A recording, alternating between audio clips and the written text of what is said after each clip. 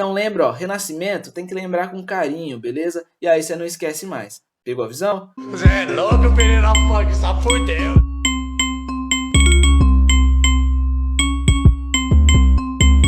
Salve família, boa pra nós, professor Pereira aqui na voz, professor de Geografia e História formado pela Unesp, certo? E hoje a gente vai montar mais um daqueles nossos mapas mentais, dessa vez para estudar o renascimento cultural, certo? Beleza? Então vamos lá, vamos começar a ser muito buchicho, vamos começar aí fazendo uma introdução pra gente entender o que é o renascimento cultural, beleza? Bom, ele surge na Itália, nas cidades italianas. É importante lembrar que nesse momento do renascimento cultural, do final da Idade Média, não era uma nação consolidada, unificada. Então eram vários pequenos reinos, várias cidades importantes da Itália, beleza? E vai ser justamente ali que vai surgir o renascimento cultural, muito em decorrência das cruzadas que acontecem na Idade Média. A partir das cruzadas, da reabertura do comércio, como a gente viu na aula de Baixa Idade Média, as cidades italianas são as que mais se beneficiam desse comércio e vão prosperar e vão trocar cultura com outros povos e vai permitir esse renascimento cultural, certo? Então vamos lá. Bom, o renascimento cultural marca o pensamento de transição da Idade Média para a Idade Moderna. Então ele começa ali no final da Idade Média e vai até o começo da Idade Moderna. Vai mudar as concepções de vida das pessoas, certo? Por isso que é tão importante. Ele vai combater as concepções míticas e teológicas da Igreja Católica, aquele ar de pessimismo que acontecia mais no começo da Idade Média, e vai renascer agora a cultura de uma nova forma, um novo modo de pensamento, como a gente vai ver aí quando a gente vai falando das características, certo? Bom, e além disso, é importante destacar que é um movimento elitista, que foi sustentado principalmente pelos mecenas, que eram uma espécie de patrocinadores de obras, patrocinadores da cultura. E eles recebem esse nome por causa lá do Império Romano. No Império Romano tinha uma espécie de ministro da cultura que era chamado Caio de Mecenas. E aí os caras se apropriam disso, falam, não, nós patrocinamos a cultura, nós patrocinamos a arte, então eles se vão chamar de mecenas, certo? E além disso é importante destacar que quando a gente estuda o Renascimento, ele é dividido em 3 períodos, beleza? Esses períodos são divididos aí em italiano. É o Trecento, que significa 300 em italiano, que se refere aí aos meados do ano de 1300, ou seja, século XIV, que é o período inicial do Renascimento. É a transição ainda das concepções míticas e teológicas para as concepções mais humanistas, mais racionalistas, certo? A gente vai ver melhor as características já já. Depois a gente tem o segundo período, que é chamado de Quattrocento. Em italiano significa 400, os meados aí do ano de 1400, ou seja, século XV, que é o auge do movimento renascentista, só que ainda bem restrito na Itália. E aí a gente vai ter grandes autores, grandes pintores, e é interessante que nesse período de Quattrocento é marcado, por exemplo, pelo uso de tinta a óleo nas pinturas, que vai permitir maior detalhamento, obras bem mais bonitas visualmente, além de toda a concepção por trás delas, certo? E por fim a gente tem o terceiro período, que é o chamado Cinquecento, que em italiano significa 500 e se refere aos meados dos anos de 1500, ou seja, século XVI ali aproximadamente, que a gente chama de um período de mundialização do Renascimento. Na verdade não é bem uma mundialização, ele se espalha o renascimento cultural, suas características, para toda a Europa, mas ainda bem restrito ali à Europa, beleza? Então vamos ter artistas em Portugal, na Espanha, na Inglaterra, na França e etc, beleza? Então vamos lá, vamos sem perder muito tempo, já vamos estudar as características, que é o ponto mais importante aí da aula de hoje, beleza? Então vamos lá. A primeira característica, classicismo, e até por isso que a gente chama de renascimento cultural. Classicismo significa que eles estavam voltando a valores da antiguidade clássica, ou seja, eles estavam retomando valores da Grécia e de Roma, dos romanos e dos gregos. Então eles chamam isso de classicismo, é a volta a concepções clássicas, e por isso que chama renascimento, porque eles acreditam que a cultura clássica tinha morrido na Idade Média e estava renascendo agora, beleza? Outro ponto, antropocentrismo. A palavra antropo do grego significa homem e centrismo é o centro. Então o ser humano vai passar a ser o centro da exploração artística, científica, vai ser o centro das concepções, do pensamento humano nesse momento, certo? Vai ter uma valorização muito grande do ser humano. E isso a gente chama de antropocentrismo, que está bem relacionado aí também com o classicismo, já que era comum nas culturas clássicas já esse tipo de pensamento antropocêntrico. E claro que nisso a gente está rompendo aqui, está combatendo algumas concepções que a igreja, que até então na Idade Média, predominava o pensamento teocêntrico, como Deus e a religião sendo o alvo de toda a cultura, de todo o pensamento. Então estava rompendo ali um pouquinho com a igreja também, beleza? Terceiro ponto, terceira característica, o racionalismo, ou seja, eles vão combater as concepções míticas e teológicas a partir de concepções científicas, concepções racionais, de pensamento, de desenvolvimento humano, beleza? Quarta característica, individualismo. A gente vai ver melhor ainda, mas o individualismo começa a nascer nas pessoas, porque as pessoas, nessa cultura antropocêntrica, humanista, eles vão buscar seus próprios interesses, e nisso vai nascendo o individualismo dentro das pessoas. Também é marcante esse individualismo que as pessoas começam a adotar sobrenomes, os artistas começam a assinar suas obras, o que antes não acontecia, então eles vão lá e metem assinatura, então isso vai marcando também um individualismo dentro do período renascentista, beleza? Próxima característica, o naturalismo. Eles começam a valorizar as concepções naturais da natureza, as ciências da natureza. Eles começam a explorar nas suas obras o plano de fundos com a natureza, com o céu, com as nuvens, com as plantas em volta. Então é bastante explorado, diferente também da Idade Média, em que a maioria das obras, das pinturas, exploravam ambientes internos das igrejas, certo? Então tons de verde, de azul começam a aflorar também nas suas obras. Beleza? Próxima característica, humanismo. Essa talvez seja uma das mais importantes.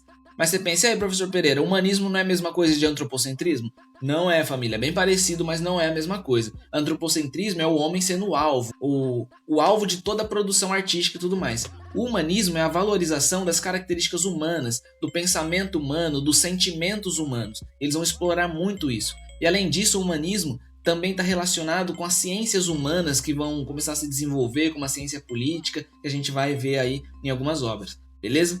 Então o humanismo aí talvez uma das mais importantes. Temos também o hedonismo. O hedonismo é a busca pelo prazer humano, relacionado aí muito com o humanismo e até mesmo com o individualismo. Eles vão dizer, não, eu quero um prazer no céu também, como a Igreja Católica falava. Mas eles falam, não quero prazer só no céu, eu quero prazer no céu, mas eu quero prazer na terra também. Então é a busca pelo prazer individual, humano, de cada ser humano aqui na terra, beleza? Então eles vão dizer que a vida tem que ter prazer na terra sim. E por fim, o último ponto, muito relacionado aos demais, o otimismo. Eles estavam dizendo que agora esse período novo que estava nascendo era um período melhor do que o período anterior. Então eles enxergavam isso com muito otimismo. E até certo ponto eles estavam corretos, até porque o racionalismo fez eles desenvolverem, eles pensarem, criarem novas ideias que até então era muito reprimida pela igreja durante a Idade Média. Então eles viam os novos tempos, a Idade Moderna que estava chegando agora, com um ar de otimismo, beleza? Então as características aí do Renascimento. Agora, ó, dica de ouro, ó, dica importante, pega essa visão. Por que eu coloquei as características nessa ordem? Classicismo, antropocentrismo, racionalismo, individualismo, naturalismo, humanismo, hedonismo e otimismo. Pega a visão, ó. Se você pegar a primeira letra de cada palavra, vai formar aqui, ó, carinho. Carinho com 2 Hs, certo? Mas vai formar carinho. Então lembra, ó, Renascimento tem que lembrar com carinho, beleza? E aí você não esquece mais. Pegou a visão? Absorveu? Então beleza, então agora vamos estudar algumas obras do Renascimento cultural. Vamos lá. A começar com obras e artistas italianos, já que é na Itália que nasce toda essa forma de pensamento que teve dos maiores autores e produtores culturais. Vamos lá. O primeiro deles que a gente vai citar é o Giotto de Bondone, que é um italiano que é desse período aqui de Trecento, e ele começa essa transição do período medieval para esse período renascentista, do Renascimento, beleza? Uma das suas grandes obras é a Lamentação, que é uma obra que mostra Jesus morto e as pessoas se lamentando em volta do corpo dele, que mostra sentimentos humanos, expressões humanas, certo? Então, por mais que tenha todo um caráter religioso, como a gente vai ver em várias obras, expressões humanas, o humanismo aparece, beleza? Não só o Giotto foi do período de Trecento, mas teve também o poeta Petrarca, teve o Boccaccio, teve vários outros aí do período de Trecento. A gente vai citar só o Giotto aqui mesmo e a gente já começa a ver alguns dos mais importantes do período de Quattrocento, beleza? Então vamos lá. A gente teve a Divina Comédia do Dante, que é um livro escrito pelo Dante, que nesse livro ele conta uma viagem pelo inferno, pelo purgatório e pelo paraíso. E aí ele faz várias críticas ao clero, faz várias críticas à igreja, porque ele encontra lá no inferno padres e papas que teoricamente seriam corruptos ali da Itália. Então ele faz uma crítica bem forte através de uma sátira envolvendo aí a religião, beleza? Outra obra interessante, O Príncipe, do Nicolau Maquiavel, que ele fala muito de política, da ciência política. Ele pode ser considerado aí talvez até o pai da ciência política, o Maquiavel. Ele escreve um manual para os príncipes, para a monarquia governar os seus territórios, governar o seu estado, beleza? Então tem muito humanismo aqui também nessa obra, beleza? Outra obra importante é A Última Ceia, do Leonardo da Vinci. Por mais que também seja um tema religioso, ele também retrata a expressão de medo, de preocupação, de desespero dos discípulos de Jesus ali na Última Ceia. Então é uma obra muito marcante também do renascimento cultural. Leonardo da Vinci é um dos grandes autores desse período, dos grandes produtores desse período, que pintou também a Mona Lisa, é dele o Homem Vitruviano, que exalta aqui as dimensões, a perfeição do corpo humano. Então Leonardo da Vinci aí é um grande autor também, beleza? Então vamos pro outro. A Escola de Atenas, de Rafael Zanzio. Rafael Zanzio, ele pinta vários filósofos gregos em uma única imagem. Ele chama isso de Escola de Atenas. Então tem vários filósofos gregos, como Aristóteles, Platão, Sócrates, pintados aí todos numa mesma imagem. Além disso, vários outros, todos com ar humanista, e também tem todo o classicismo de volta aos valores da Grécia Antiga, beleza? Uma obra aí também fantástica, com muitos detalhes, incrível, do Rafael Zanzio. Temos também o Nascimento de Vênus. Agora você entendeu porque eu tô com essa fotinha aí, né? Então temos aí o Nascimento de Vênus, que é uma obra do Sandro Botticelli, que ele pinta o nascimento da deusa Vênus. Então já tem o classicismo aí de lembrar a deusa Vênus, que é uma deusa do amor para os romanos, beleza?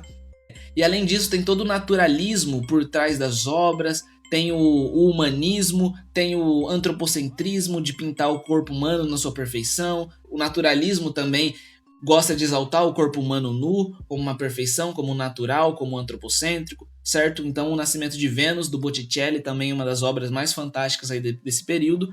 E talvez a mais icônica, a mais famosa e emblemática seja A Criação de Adão, do Michelangelo, certo? Bom, A Criação de Adão, do Michelangelo, ela exalta também o corpo humano nu aqui, exalta o naturalismo, exalta um humanismo e um otimismo no sentido de que olha como Deus está próximo do ser humano, que era impensável na Idade Média. Na Idade Média, os seres humanos eram muito inferiores, não poderia ter contato direto com Deus, de tão supremo que ele era em relação aos humanos. Aqui ele já mostra um contato direto entre o ser humano e Deus, e só por isso já é uma grande obra do renascimento cultural, uma grande obra renascentista. E além disso, tem várias ideias por trás dessa obra que não são comprovadas, mas que estão aí na casa das suposições, e é por isso que essa é uma obra fantástica. Por exemplo, quando a gente lê o nome A Criação de Adão, parece que Deus está criando Adão ou que Adão está criando Deus.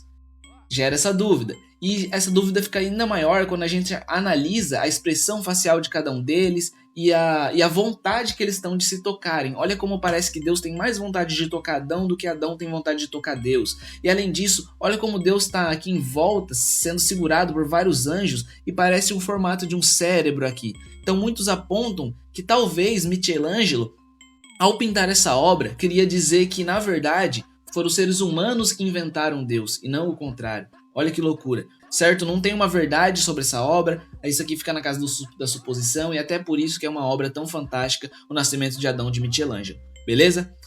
Bom, falado de vários autores aqui italianos, vamos falar aqui também de autores de outros países, obras e artistas gerais de outros países, a partir ali do Cinquecento, da mundialização do Renascimento, beleza? Entre eles vamos citar primeiro Dom Quixote de La Mancha, do Miguel de Cervantes. É uma obra fantástica, muito engraçada, é uma novela escrita pelo Cervantes, em forma de livro, que ele vai contar, ele vai satirizar, ele vai dar risada, debochar dos cavaleiros da Idade Média. Então ele cria um cavaleiro que se inspira nos contos da Idade Média, só que ele é todo bobão, faz tudo errado. Então esse é o Dom Quixote, beleza?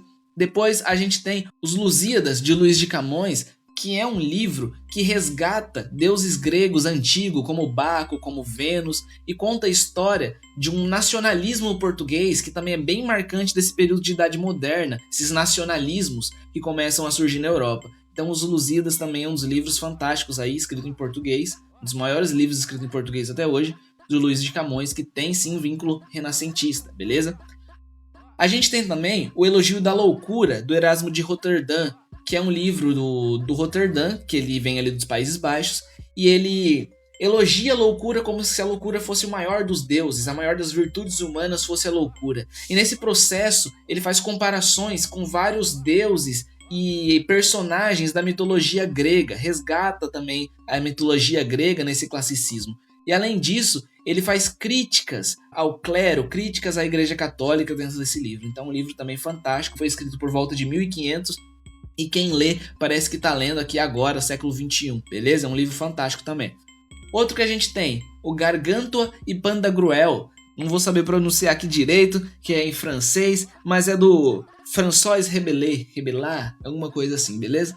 O François ele escreve primeiro o Gargantua e depois o Pantagruel, que seria o filho do Gargantua. Ambos seriam gigantes e aí ele exalta os sentimentos humanos, mas não os sentimentos que a gente considera bons humanos, os sentimentos, entre aspas, ruins, do mais íntimo do ser humano. Então é um humor assim bastante absurdo, grotesco, satírico, que fala muito da gula, da bebedice. Então exalta também esses sentimentos ruins, entre aspas, os sentimentos politicamente incorretos dos seres humanos. Também o François Rabelais escreve aí nesse livro, beleza? Temos também o Hamlet, de William Shakespeare, esse é bem famoso, que é uma trama, é uma drama familiar que envolve vingança. Só que a maior parte do tempo esse livro, ele fica fazendo reflexões sobre a vida humana, sobre o pensamento humano. Também aí, não preciso nem dizer, né? Já aprenderam que é um humanismo gigante, beleza? E por fim, a gente destaca os autorretratos, que não foram um só, foram vários autorretratos, do Dürer, esse artista alemão. Ao longo da vida dele, ele vai fazendo vários autorretratos, até que com os 28 anos ele faz a célebre obra dele de autorretratos. Por quê? Por que é tão importante esse autorretrato, essas primeiras selfies, como a gente pode dizer? É importante porque na Idade Média, o ser humano comum não era digno de ser retratado, e ele se retrata.